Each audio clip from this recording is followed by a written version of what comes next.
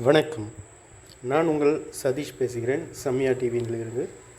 நம்ம இன்றைக்கி ஒரு மோட்டிவேஷ்னல் ஸ்டோரியை பார்க்க போகிறோம்.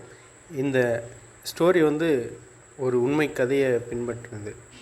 இது தலைப்பு என்னன்னு கேட்டிங்கன்னா, தோல்வி பல தடவை, ஆனால் விடாமுயற்சியில் இவன் இந்தியாவோட ஹீரோ ஆனா அப்படி யாரா அப்படின்றது தான் நம்ம இந்த கதையில் பார்க்க போகிறோம். ஒரு சிறிய நகரத்தில் இருந்து ஒரு இளைஞன் கோப்பைகளை வெல்லும் கனவுடன் கிரிக்கெட் விளையாட தொடங்குகிறான். அவர் பெயர் KL ராகுல். ஆரம்பத்தில் தோல்விகள்தான். ஒரு இன்னிங்ஸ் தவறான பிளே பின்னாடி அவர் டீம் இருந்தே வெளியே போயிட்டார்.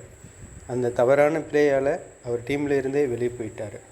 இந்த வெளியே வந்ததுக்கப்புறம் தொடர்ந்து அவருக்கான தோல்விகள் மட்டுமே வந்தன. 2014 இந்தியாவோட டெஸ்ட் டீமுக்கு சேர்த்து முதல் டெஸ்ட்டில் 3 ரனில் அவுட் ஆனார்.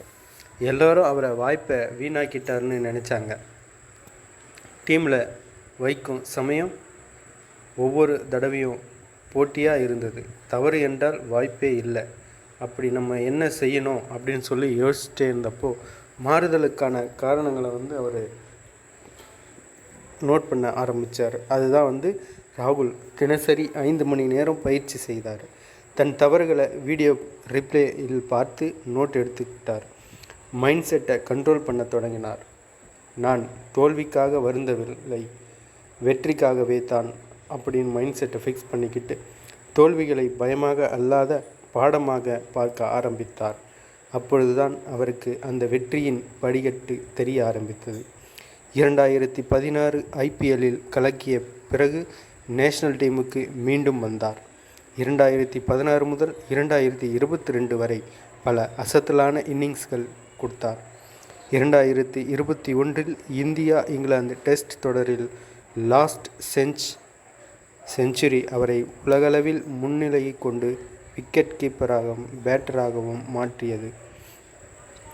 இப்பொழுது ராகுல் இந்தியாவின் முக்கியமான பேட்ஸ்மேன்களில் ஒருவராக திகழ்கிறார். அவருடைய அனுபவம் என்ன சொல்கிறது என்றால், தோல்வி என்பது ஒரு ஃபுல் ஸ்டாப் இல்லை, அது ஒரு கமாதான். இந்த மாதிரியான உண்மை கதைகளை உங்களுக்கு பிடிச்சிருக்குன்னு நினைக்கிறேன். உங்களை ஊக்கமளிக்கும் இன்னும் பல கதைகள் வரப்போகிறது. நம்ம கதைகளை தெரிஞ்சுக்கணுன்னா நம்ம சேனலை சப்ஸ்கிரைப் பண்ணுங்கள். மறக்காமல் பெல்